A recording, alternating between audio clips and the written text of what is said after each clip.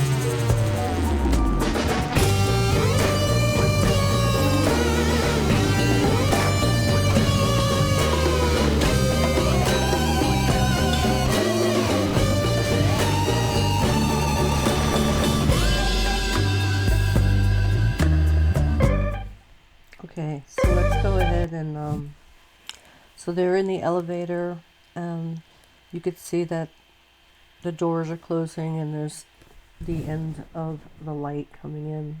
Okay, so who are these people? Okay, so I believe the man and woman represent Adam and Eve, and that they're naked. That's why they're in these colors. And this character, you're going to see him play all the roles of Satan. And look at the mirror behind him, facing. That should not be his face. So that we know Satan loves to do all these tricks with mirrors. But this, I believe, represents the fall of Lucifer coming down to earth and bringing with him a third of the angels. I believe that we are the angels that fell with Satan, and I'll explain more as we go through this.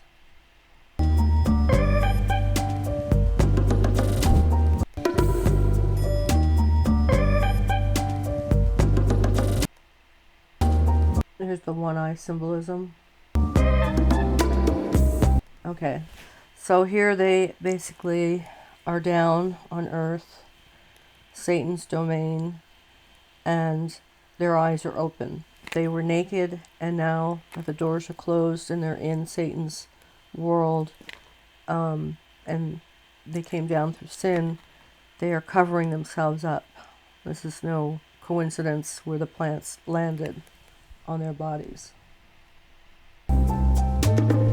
And here, they're walking through Satan's world.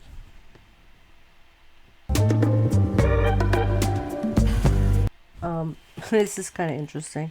You have Satan with a fire extinguisher. He thinks he's going to be able to put out the fire that he's going to eventually be in. The ring of fire. One-eye symbolism. And then you have the boots, snakeskin boots, which represent the serpent. Oh, sorry, I went.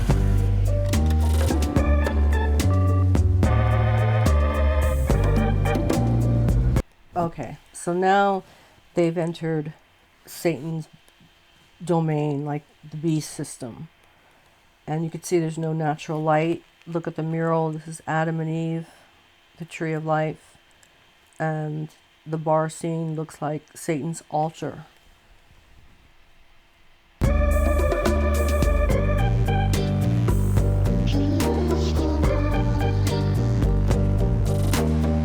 And you have the one-eye symbolism, but also of the self-materialism and the whole focus on the me. Now, you have Satan serving them drinks, alcohol, which is spirits, which is demonic. And they've reached the altar of Satan, and they're about to take the drinks. Okay, so this I think is a very important part. Again, all the characters are the same, playing Satan. Now, before Lucifer fell, he was actually a cherub, and he was the highest cherub. He was a master musician. And music. What is music? Music is sound, it's vibration, it's frequency. Satan knows how to use frequency to hypnotize, mesmerize, to brainwash, manipulate souls using frequency, sound, music.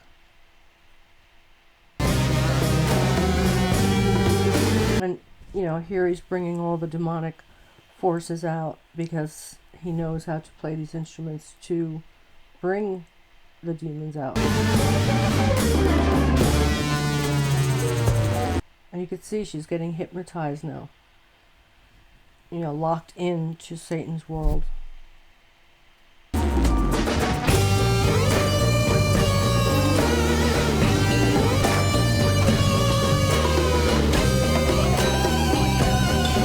And also using the symbolism of the apple from Adam and Eve. I mean, it's all here in this video.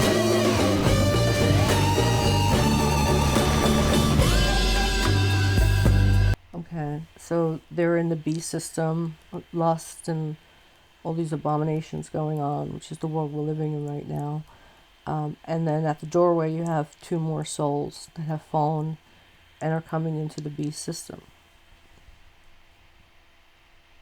So why do I think that we are the fallen angels? Well, why would God put us with Satan? Why would we be born as children of God into this beast system with Satan as the ruler of earth? So I think this video kind of explains it. Now, so we know that a third of the angels fell with Satan, and Satan did have authority. Because he was a cherub, he did have authority over the angels. And I believe that's why Jesus came, and the whole crucifixion is to save us, is for redemption, is for us to repent, and so that we can go back to God. Now, I know there's a lot of people, we need to go into talking about who the Nephilim are, that they're the fallen angels. I believe that the 200 fallen angels, well, I don't know if they're fallen, I don't know if they were sent here by God to protect the earth, but we know that there are 200 angels locked in a place called Tartarus, which is different than our hell. And I'll show two clips. I won't show the whole thing, but I will link these videos. And there's plenty of other ones out there that explain this a little bit about the Watchers, who basically had sex with the human female, and produced giants and all kinds of abominations. This in some modern Christian and Jewish traditions. Enoch himself, which the book is named after, is referenced in the book of Genesis, and is detailed as being an ancestor of Noah. One of the most prominent figures in the book of Enoch are the Watchers, angelic beings described as being both the sons of God and the sons of heaven in chapter 7. Many believe that the Watchers, referred to as the Grigori in Enoch 2, were angels who watched over the human race and would serve as earthly guides for the very first humans. They were tasked with the observing of human development, but were restricted from interfering with mankind, regardless of how compelled they felt to do so. Enoch tells us in chapter 7 that human men and women had multiplied, and that the daughters of man were beautiful and elegant. It's understood that their beauty was so great that they caught the attention of the Watchers, these sons of God, if you will. The Watchers conversed amongst each other in this chapter, and decided to take the women for themselves, impregnating them with their seed, thus going against the intended purpose of watching and directly interfering with the life of mankind. The leader of these angels, known as Samjaza, sometimes pronounced Samyaza, tells the Watchers that they should reconsider their choice, and that it would be him who suffered for such a crime against God. However, the other angels wear him down and tell him that together they will face the punishment, and that they will each accept responsibility for any repercussions. It's noted in total that there were 200 of them, and together they descended upon earth to take the women as their wives. The Book of Enoch even names the prefects of the Watchers here, each of whom would teach the mortal women sorcery, incantations, and the dividing of roots and trees. What's implied here is that the Watchers divulged information about the heavens and life itself that God had not intended for man to know, and so by doing this, the Watchers not only betrayed God by copulating with his creations, but also by corrupting them with knowledge that was not meant for them. The women then gave birth to the children of the Watchers, and what they spawn are essentially a hybrid of angel and human, the Nephilim, as they are sometimes referred to as. There is some debate as to what the Nephilim are, but when we look at Genesis 6, 1-4, it tells us that the Nephilim were on the earth in those days, and also afterwards, when the sons of God, which we might say are the Watchers, went to the daughters of men and had children with them. The Nephilim are also described as heroes of old and men of renown. However, in Enoch, the spawn of the women are known as giants, and that these giants began to consume all that man had built. The giants, or Nephilim. So basically the Watchers, raped women and had produced an abomination. And that's why Noah, the flood had to happen so that they would wipe out these beings. And many say that the demons that roam the earth are actually the spirits of these giants that were produced, and that the Watchers, the 200, are locked in Tartarus. Many call the giants that were produced from the women and the fallen these angels, whether they fell or came here. It's up to interpretation, but are you called the Rephaim and not necessarily the Nephilim? Let's go ahead and watch another short clip, and I'll include these for you to watch. First collections of the Dead Sea Scrolls were discovered. Among the ensuing finds, in Cave 4, would surface Aramaic fragments of a corpus sacred to many early Jews and Christians, and still revered and preserved in the modern Ethiopic Church, the Scroll of Enoch. The old lore in Enoch's first book of Watchers claims that Genesis 6 refers to a time when divine beings from heaven descended to earth on Mount Hermon in physical form, and produced offspring with the daughters of men. These divine human hybrid offspring were powerful giants called Nephilim, and what we know as demons, or Shadim in Hebrew, are now the disembodied spirits of the Nephilim. Where the Hermon Summit inscription commands initiates to be bound by an oath before entering, it is said that the entities who descended on Hermon also said, "Let us all swear an oath, and all bind one another that we shall not any of us turn aside from this council until we do this deed." Then they all swore together and bound one another by imprecations. And they were all of them 200 who came down in the days of Jared on the summit of Mount Hermon. And they called the mountain Hermon because they swore and bound one another by imprecations upon it. The natural place to begin with the identity of the Nephilim is the etymology of the term. The vast majority of academic dictionaries routinely explain this word as the masculine plural form of the Hebrew verb nephal, which means to fall, in other words, the fallen ones. But the linguist Michael Heiser has pointed out a problem for this view. The word Nephilim occurs 3 times in the Bible. In 2 of these cases, a stem of nun, fe, lamed for to fall makes intuitive sense. But in Numbers 13:33, there's a complication with this etymology. There the word is spelled with an extra yod in its center. Biblical Hebrew had no symbols for vowels, so sometimes consonants that double as vowels, like the letter Y, could be used to clarify the presence of a vowel pronunciation in a spelling. In this variant spelling in Numbers 13, we see a scribal gloss, indicating the base word of Nephilim was originally pronounced with a long E. This means that the word Nephilim can't be derived from a verb like to fall, because verbal forms in Hebrew are never spelled this way. The masculine plural participle of Nephal is patterned with a long O instead of an E.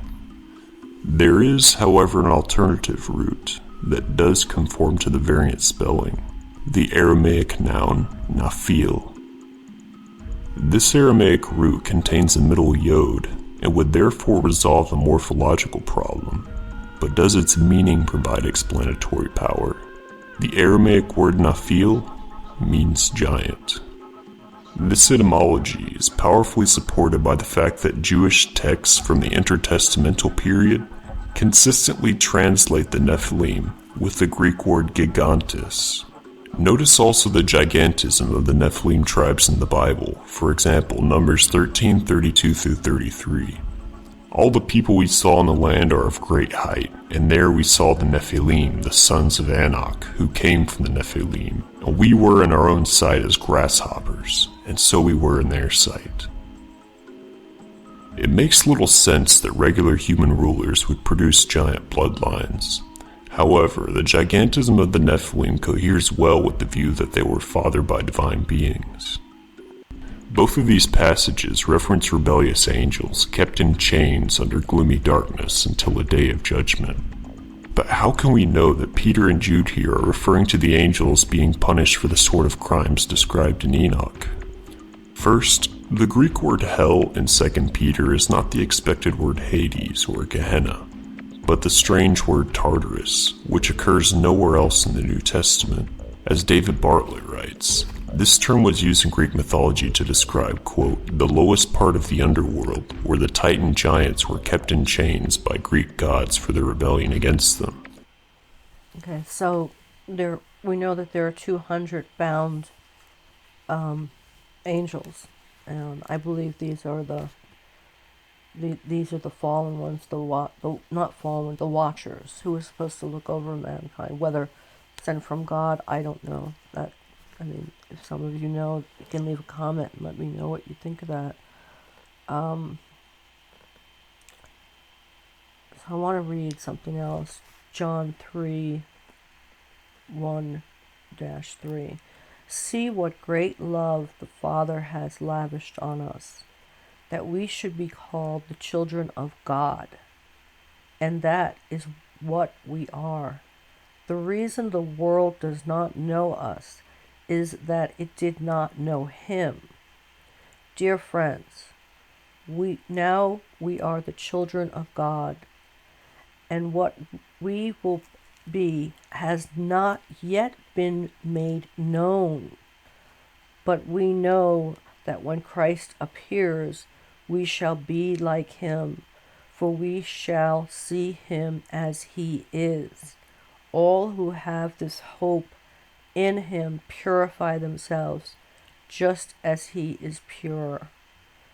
So, all over the Bible it says we are children of God, and that, the reason for Jesus to come on the cross to bear our sin is for us to go back with God.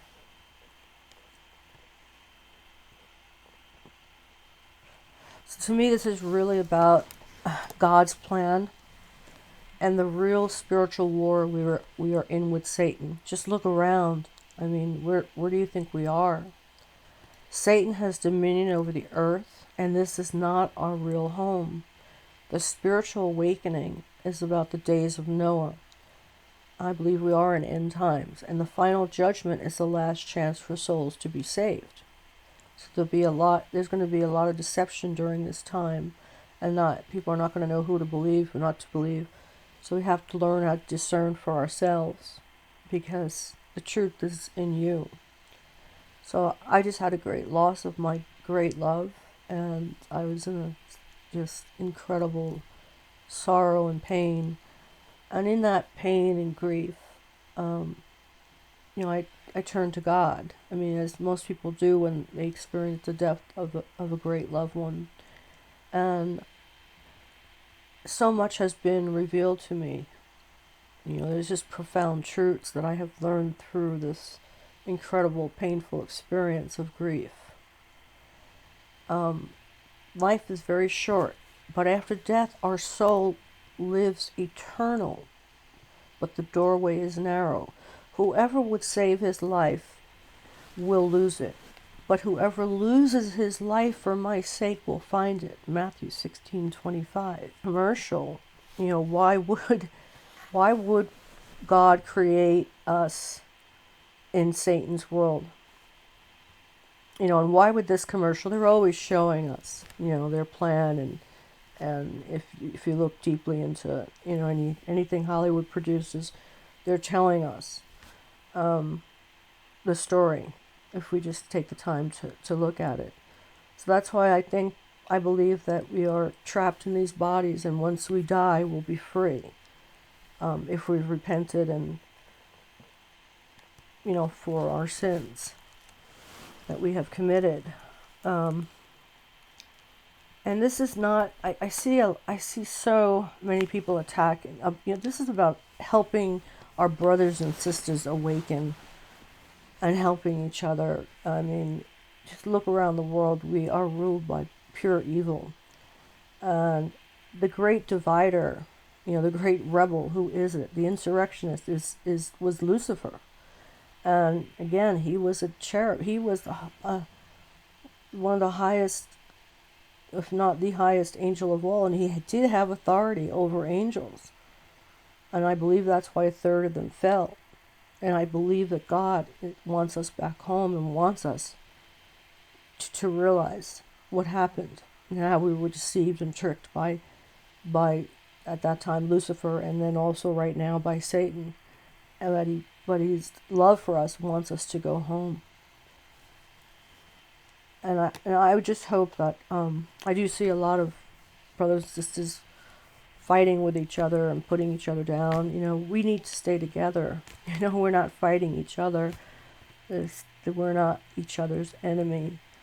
We're all learning and growing. We need to fight for truth, love, and God. And if you fear death, I mean, when there is a death in your life, you do question life in a deeper way. And life is so short. But if you have a fear of death, one might want to question why at this point in time. Because I do believe we are in end times. And I just want to end with this. Do not love the world or anything in the world. If one loves the world, love for the Father is not in them. Everything in the world, lust of the flesh, eyes, pride of life, comes not from the Father. The world's desires pass away. Whoever does the will of God lives forever. John 2:15. I think that's just very powerful, and how I'll end it here. I think right now is a time for brothers and sisters to come together and help each other through these trying days. I hope you enjoyed this, and God bless everyone.